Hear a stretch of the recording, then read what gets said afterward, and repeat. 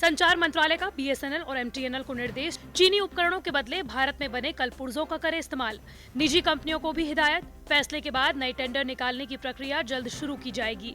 सरकार चीनी कंपनियों को 4G के लिए कोई नई टेंडर नहीं देगी और नए सिरे से टेंडर निकाले जाएंगे। इस तरह भारत में चीनी सामान को कम करने की दिशा में बड़ी पहल कर दी गई है, जिससे चीनी सामानों के उपयोग को कम किया जा सके। अब चीन ने भी मानी अपने मारे गए सैनिकों की सच्चाई, लेकिन आंकड़ा बताने से इनकार। गलवान इलाके में मेजर जनरल स्तर की बातचीत रही बेनतीजा। सोमवार को हुई हिंसक झड़प के बाद चीन की साजिशों का भी खुलासा हो रहा है।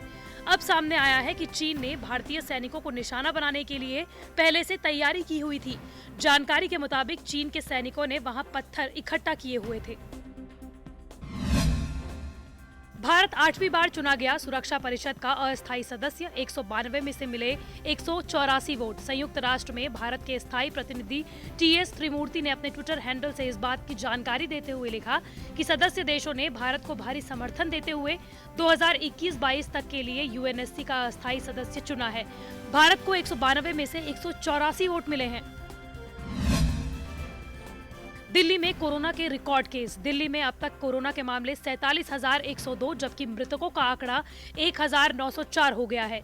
दिल्ली में 17,457 कोविड मरीज डिस्चार्ज, रिकवर या माइग्रेट हो चुके हैं, जबकि सक्रिय मामले 27,741 हो गए हैं। दिल्ली सरकार ने बताया कि दिल्ली में कोरोना के 2,414 नए केस दर्ज हुए हैं, जो अब तक की एक दिन की सर्वाधिक बढ़ोतरी है। साथ ही दिल्ली में कोरोना जांच की कीमत में बड़ी कटौती, अब 2400 में होगा टेस्ट।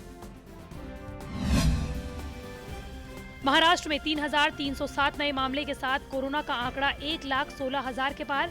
महाराष्ट्र स्वास्थ्य विभाग के अनुसार बुधवार को कोविड-19 संक्रमित 3,307 मरीज मिलने के बाद राज्य में संक्रमण की संख्या 1,16,752 हो गई है, जिसमें 51,921 मामले सक्रिय हैं।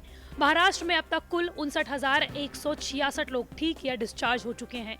वहीं बुधवार को 114 लोगों की मौत के बाद संक्रमण से मरने वालों का आंकड़ा 5,651 हो गया है।